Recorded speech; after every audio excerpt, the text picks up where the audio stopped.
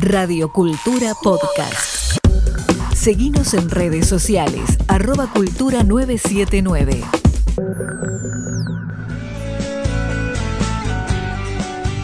...10:22, seguimos encaminando a Buenos Aires. Uno de los temas que hablamos, Eva, más temprano es cómo Milei instala agenda, o venía instalando agenda.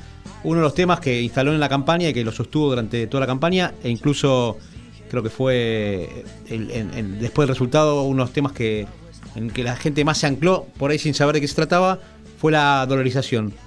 Para hablar del tema estamos con Ángel Maridueñas, economista ecuatoriano. Ecuador es uno de los países que está dolarizado, es un espejo por ahí donde mirarse. Ángel, ¿qué tal? Buenos días. Queríamos compartir con vos la experiencia de Ecuador y ver si la podemos trasladar a Argentina. ¿Cómo estás? Hola, ¿cómo están? Muy buenos días, un saludo cordial a todos. Un gusto de estar acá compartiendo con ustedes. Bueno, gracias a vos por atendernos, por darnos este tiempo. Primero contanos, en tus palabras, lo más sencillo que se pueda, ¿de qué se trata vivir dolarizado? Bueno, vivir dolarizado, si es que a nosotros nos hubiesen preguntado, ¿no? En su momento, cuando se tomó la decisión de dolarizar la economía, si es que queríamos dolarizar, seguramente más de un ecuatoriano hubiese dicho que no, ¿no? La medida no fue consensuada. A principios del año 2000 se tomó la decisión de anclar el tipo de cambio a 25.000 sucres un dólar, cuando a inicio de la década del 90 estaba en torno a los 400 sucres un dólar. Entonces, prácticamente llegamos a esa decisión atados de manos porque en principio no habían recursos, la economía no le iba bien, tuvimos conflictos bélicos, nos golpeó un niño, ¿no? Un fenómeno del niño casi que a mediados o a finales de la década de los 90. Entonces vinimos prácticamente devastados. Entonces la dolarización prácticamente se hizo bajo la postura de un congelamiento de los depósitos, ya que las reservas internacionales solo respaldaban entre el 25 y el 30% de los pasivos exigibles de corto plazo a nivel nacional. Entonces, prácticamente hubo un congelamiento de los depósitos, nadie pudo sacar su dinero, ¿no? Y el costo de la dolarización prácticamente lo pagaron las familias. Después de la dolarización, te podría decir que ahora más de un ecuatoriano anhela la dolarización, no se quiere salir de ella, pero nos costó llegar hacia la dolarización. De hecho, la inflación que bordeaba el 90% al cierre o al inicio del año 2000, ¿no? Prácticamente nos tomó 4 años pasar de una inflación del 90% a una inflación del 3%. Lo mismo con los costos relativos, ¿no? El ingreso respecto a la canasta básica familiar empezó en dolarización, empezó con un 44% de la canasta, llegó al 2004 a un 67%. Y hoy en día, respecto al salario mínimo, digamos, está 58% la canasta básica. Es decir, el ingreso prácticamente hoy en día todavía no llega a compensar ese costo relativo post-dolarización. Entonces, la dolarización prácticamente fue una camisa de fuerza para nosotros. No fue consensuada. Hoy en día la disfrutamos porque de alguna forma nos costó llegar hasta acá. Y ahora la lucha es mantenerla, ¿no? Porque la dolarización sirve con prácticamente una economía saludable, una economía que tenga recursos, ¿no? Y cuando a nosotros, que somos petroleros, nos impacta de forma negativa el precio, la volatilidad del precio del crudo, hoy la estamos sufriendo, digamos, ¿no? Porque no tenemos el mismo ingreso que teníamos, por ejemplo, entre 2008 y 2014, donde el precio del barril llegaba o bordeaba los $120 el barril. Entonces ahora prácticamente está anclado entre 70 y 75 dólares, llegó inclusive a un mínimo de $20 el barril en los años previos. Entonces hoy en día prácticamente estamos dándole bastante énfasis a la política fiscal para sostener la dolarización.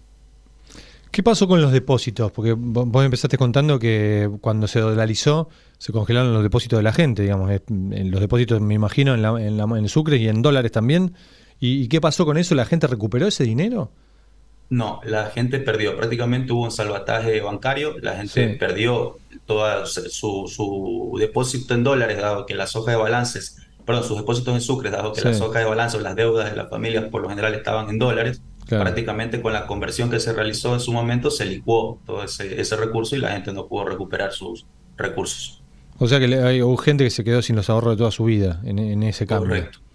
¿Y cómo se sostuvo políticamente, Ángel?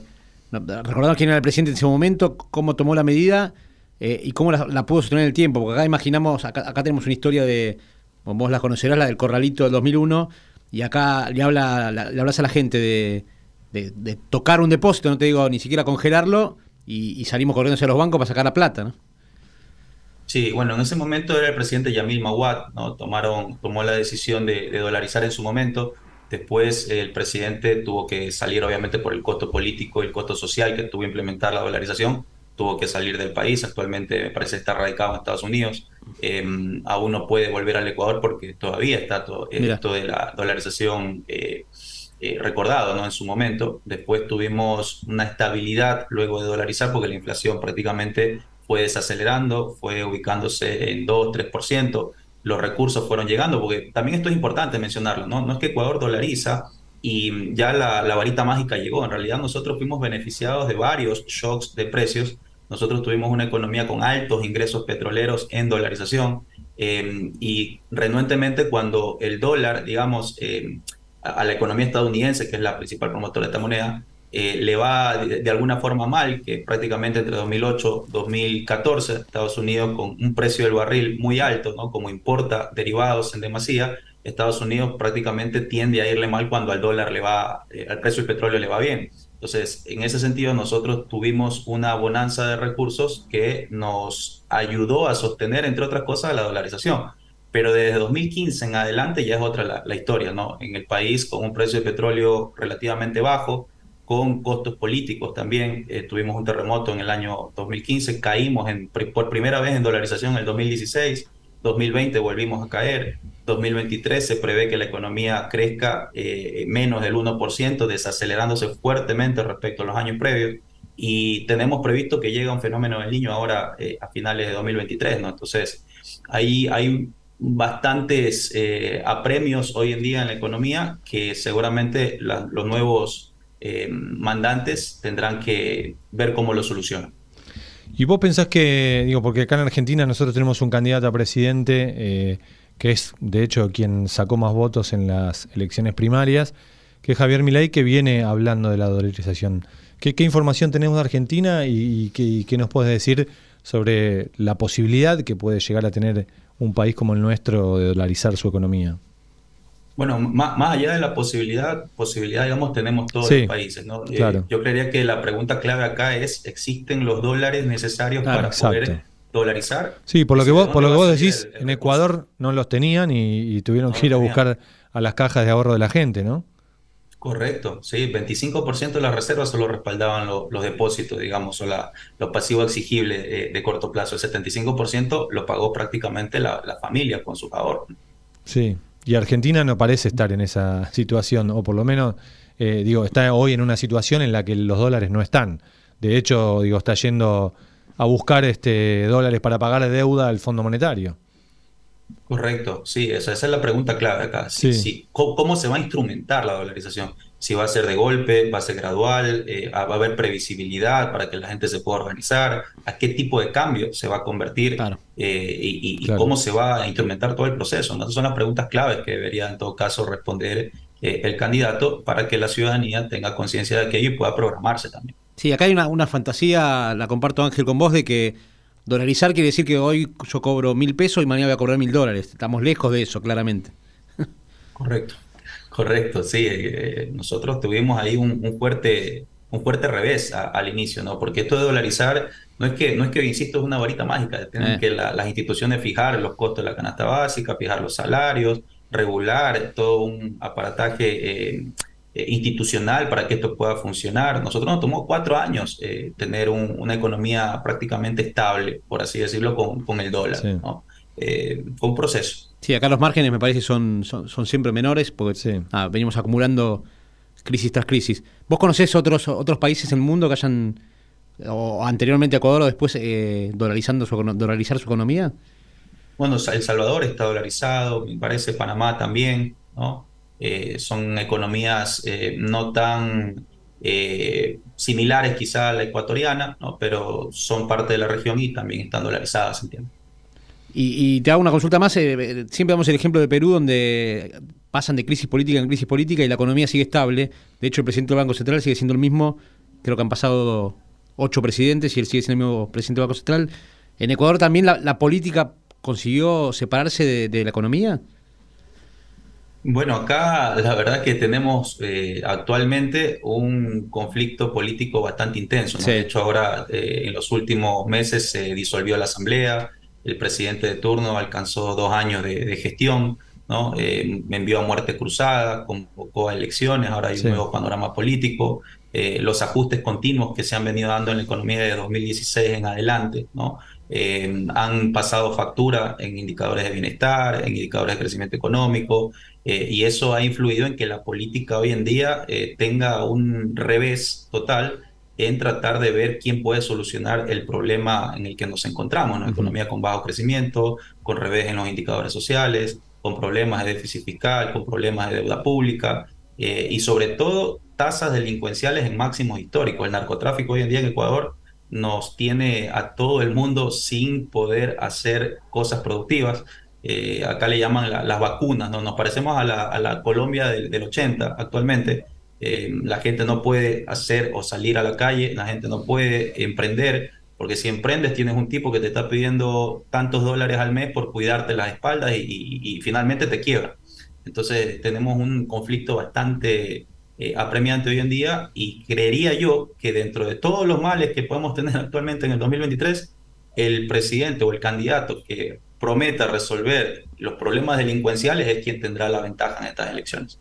¿Y cuál de los dos candidatos que quedaron para el balotaje, González o Noboa, están más cerca de esto que vos decís? ¿Quién propone esa lucha contra el narcotráfico, pero más concretamente? Bueno, en realidad hay dos posturas, ¿no? Luisa González, que ganó con el 33% de votos válidos, versus Noboa, que ganó con el 23%. Sí. Luisa con un discurso de ya lo hicimos, ¿no? Dejamos a un país con las tasas de delincuenciales en mínimos históricos. Noboa, en cambio, tiene otra postura, no tan confrontadora de lo que hizo la gente en el pasado, sino de lo que él puede hacer en el futuro. Yo creo que es un primer político que en los últimos años tiene un discurso conciliador, y es un discurso que no ataca al paralelo, sino que se basa en propuestas en el futuro, y ha captado la atención de más de un ecuatoriano, ¿no? En el debate presidencial fue uno de los mejores puntuados, y eso le ha dado una cabida dentro de la elite política, y creería yo que ambos tienen buenas propuestas, pero habrá que ver quién finalmente las termina instrumentando, ¿no? Ninguno habla de salir de la dolarización, ¿no? No es un tema que se debata. No es un tema que se debate hoy en día. Salir de la dolarización es supremamente conflictivo. De hecho, me parece que Andrés Arauz, candidato a vicepresidente por la lista de la Revolución Ciudadana, tuvo una entrevista, habló de los ecuadólares acá, de emisión inorgánica de dinero. Tuvieron un conflicto allí a la interna política, tanto así que el vicepresidente hoy en día no sale en cámaras, ha bajado el perfil, claro, porque esos temas son muy sensibles, ¿no? Y les pasa factura en la política. Porque ¿qué hablaba? De emitir una moneda, digamos, paralela al dólar, cosa que hoy no están haciendo, ¿no? Sí, yo creo que ahí él rompió un esquema de poder contar una historia mejor, ¿no? Sí. Cayó mucho en el tecnicismo, ¿no? La idea básica dentro de lo que he podido resaltar en sus entrevistas era que Ecuador, en dolarización, como no puedes emitir, necesitas tener algo de productividad, claro, ¿no? Necesitas hacer que la gente o que el dinero se mueva más rápidamente, y que a fin de cuentas tú quieras comprar algo con una simple transacción, te ahorres ir al cajero, saques plata, porque eso igual involucra un costo, y el circulante, cuando tienes esa mayor productividad en la economía, te ayuda a que la economía se expanda, ¿no? Entonces, él hablaba de poder hacer transacciones con cuentas en el Banco Central para que la gente pueda pagar con dinero electrónico lo que consuma, pero el revés allí, o la controversia allí, era que se especulaba de que la gente podía consumir sin un respaldo previo, claro, en la cuenta del Banco Central. Claro. Entonces ahí hablaban de emisión inorgánica, y empezaron a hablar de que inclusive los sueldos de los funcionarios públicos se iban a pagar con dinero electrónico. Entonces ahí vinieron los conflictos, ¿no? Pero en resumidas cuentas, hoy en día la dolarización no es un tema que se discuta. Bueno, muy bien. Ángel Maridueñas, economista ecuatoriano, nos ayudaste, la verdad, a entender de qué se trata un poco la dolarización y ver que acá es complicado. Veremos cómo sigue en la campaña el tema. Te agradecemos muchísimo este contacto con Caminando a Buenos Aires. A ustedes por la oportunidad. Muchas gracias. Un abrazo. Hasta luego. Escucha nuestra programación en vivo en fmradiocultura.com.ar.